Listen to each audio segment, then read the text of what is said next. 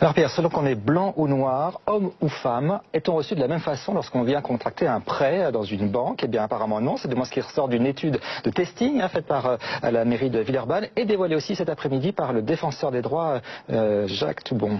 Oui, et cette opération en vérité, elle reposait sur deux typologies de demandes de prêt.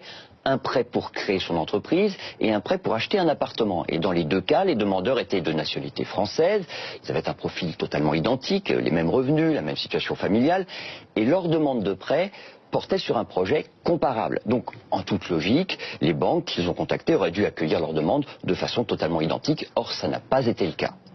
Alors, concrètement, en quoi ce traitement a-t-il été différent? D'abord l'accueil. Les demandeurs blancs ont été globalement mieux accueillis que ceux dont la couleur ou le nom laissaient apparaître leur origine africaine, que ce soit d'Afrique subsaharienne ou du Maghreb. Ce sont souvent des petits détails mais qui ont leur importance. Aucune banque n'a par exemple demandé de pièce d'identité aux testeurs blancs, alors qu'à l'accueil, dans certaines agences, on a demandé aux testeurs noirs de montrer une pièce d'identité. Mais ça va encore plus loin, puisque même dans les propositions de financement, il y a des différences de traitement en faveur des demandeurs blancs. Vous avez un exemple justement? Oui, on va prendre le crédit immobilier.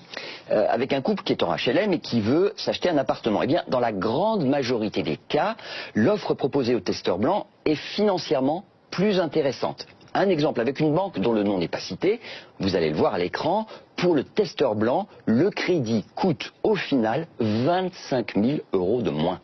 Alors cette forme de discrimination, évidemment, elle est illégale. Ah oui, c'est totalement interdit. D'ailleurs, totalement invraisemblable qu'une banque donne des consignes en la matière, même de façon orale, à ses salariés.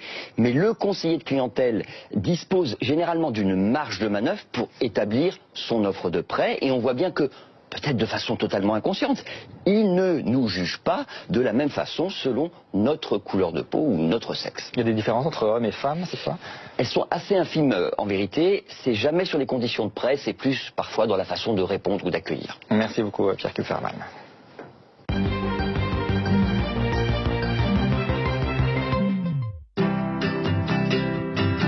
Les rendez-vous de l'écho.